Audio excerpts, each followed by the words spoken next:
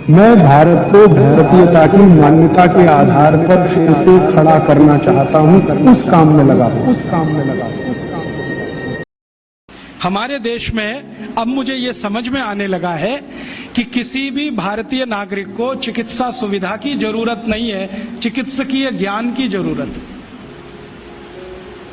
Health facilities नहीं चाहिए, knowledge चाहिए।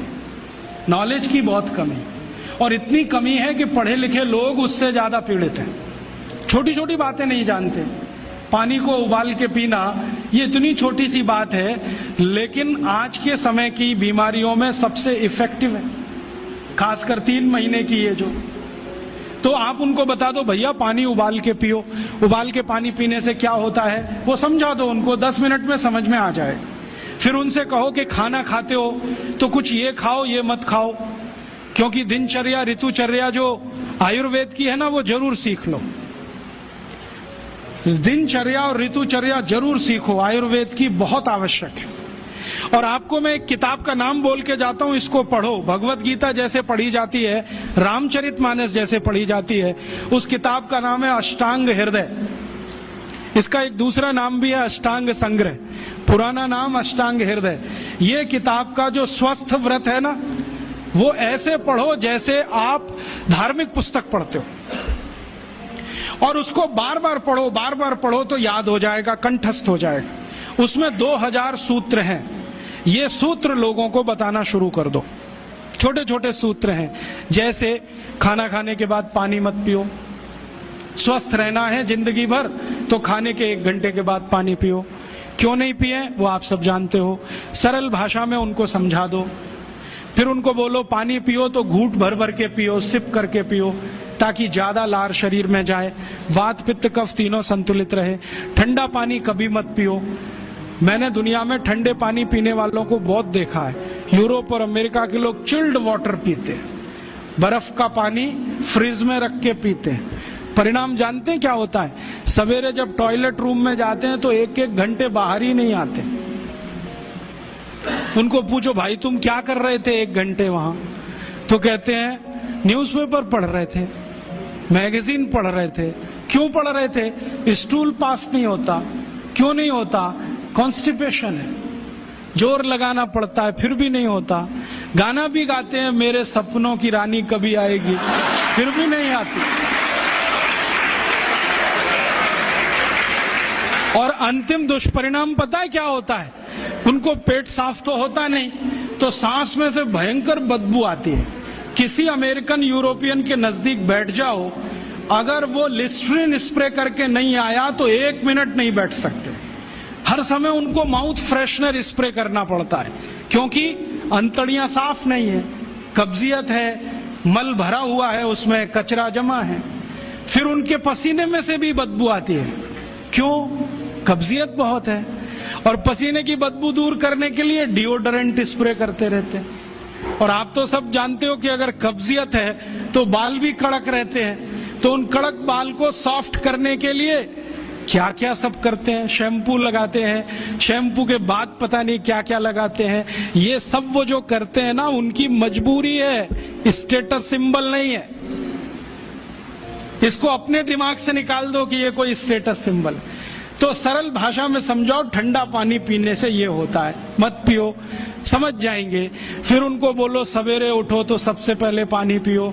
फिर उनसे बोलो खाना खाओ तो बैठ के खाओ, कभी भी खाना खाओ तो पूर्व दिशा में मुंह करके खाओ, सो तो पूर्व दिशा में। ये अष्टांग हृदय में इतने अद्भुत छोटे छोटी बातें हैं तो संस्कृत में है, लेकिन अब तो उसका हिंदी भी आने लगा है। तो हिंदी ले लो, हिंदी वर्जन ले लो, इसको पढ़ो, बार बार पढ़ो, और ये जाके गांव में सबको बताओ। फिर उनको कहो देखो ये तो है स्वस्थ रहने के लिए, अब तुम बीमार पड़ो तो बताओ तुम्हारी बीमारी क्या है। ये बीमारी है तो ये दवा है, ये बीमारी है तो ये दवा है। और मेरा आपसे एक निवेदन जरूर है कि अगर आप होम्योपैथी से भी इलाज करो तो उसकी मूल दवा जरूर बता दो। उनको ये ग्रीक और रोमन नाम में मत फंसाओ। आप कहोगे जी मैं तो ऑसिमम दे रहा हूं, ये उनको कहो ये तो तुलसी का रस है भैया, तुम्हारे घर में फूलों से बनी हुई है, आसानी से मिलती है, जयपुर में मिलती है, दिल्ली में मिलती है। भंडारी वालों को अक्सर ऑर्डर दे के रखो, हमको इतनी भेजो। उनको जो पता चल गया कि आप प्रचार के लिए कर रहे हो तो मुफ्त में भी दे देंगे आपको। तो इस तरह से आप गांव गांव जाओ, छोटे छोटे शिविर लगाओ, गांव वालों को इकट्ठा करो। गांव वाले बहुत दुखी हैं, शहर वाले भी दुखी हैं। वैसे तो वो दुखी हैं, इसका यही सबूत है कि रामदेव जी आए जयपुर में सवेरे 4 बजे तो सब लोग पहुंच जाते हैं वहां, पैसा भी देते हैं, समय भी देते हैं। और 4 बजे रामदेव जी कहें टांग ऊपर उठा लो तो उठा लेते हैं, कहें सिर नीचे कर दो तो कर लेते हैं, ऐसे कर लो तो कर लेते हैं। क्यों? परेशान है, दुखी है, शरीर उनका साथ नहीं दे रहा है।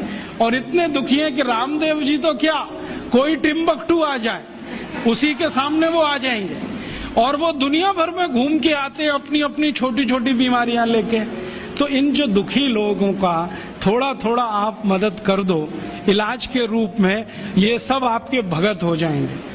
और ये भगत हो जाएंगे तो कहो आप भी प्रचार करो इसका, वो भी करें, आप भी करो, तो ये इतना तेजी से मल्टीप्लाई करेगा कि 2-5 साल में एलोपैथी का बाजा बज जाए। और बजा देना है अपने को। हाँ, ये संकल्प लेके चलो कि इनका बाजा हमको बजाना है। मैं बहुत जल्दी एक टीवी चैनल शुरू करने जा रहा हूं एलोपैथी का बाजा बजाने के लिए। इनकी सब पोल खोलनी है मुझे। हाँ, इनकी इतनी पोल है मेरे पास, कम से कम 1,500 से ज्यादा डॉक्यूमेंट्स हैं जो एलोपैथी के गंदेपन को सिद्ध करने वाले हैं, इनकी निकृष्टता को सिद्ध करने वाले हैं। ये कितने अनसाइंटिफिक हैं वो बताने वाले हैं, कितने डॉगमेटिक हैं वो बताने वाले हैं। मेरे पास ऐसे बहुत इंटरव्यूज हैं बड़े बड़े डॉक्टरों के, वो कहते हैं कि हम कोई डायग्नोसिस नहीं करते, तीर मारते, लग गया तो ठीक, नहीं तो तुक्का। और वो कहते हैं हम तो एक ही सिद्धांत पे काम करते हैं, trial and error, trial and error, देते जाओ गलतियां करते जाओ, देते जाओ गलती, भले मर जाए पेशेंट उसमें। हमारे पास तो कम से कम ये नहीं है ट्रायल एंड एरर वाला। हम तो जानते हैं कि तुलसी है तो उसके ये गुण हैं तो ये रिजल्ट आना ही चाहिए, मेथी है तो उसके ये गुण हैं तो ये रिजल्ट आना ही चाहिए। हमको सब मालूम है, फिक्स है, यहाँ वेरिएशन नहीं है। मेथी के जो रिजल्ट चरक ऋषि को मिले वो आज भी मिलते हैं। इसमें इतना सातत्य है, वेरिएशन कहीं भी नहीं है। तो जो विज्ञान में सातत्य होता है, सत्य ज्ञान वही होता है। तो हमारे पास जो सत्य ज्ञान है इसको लेकर आगे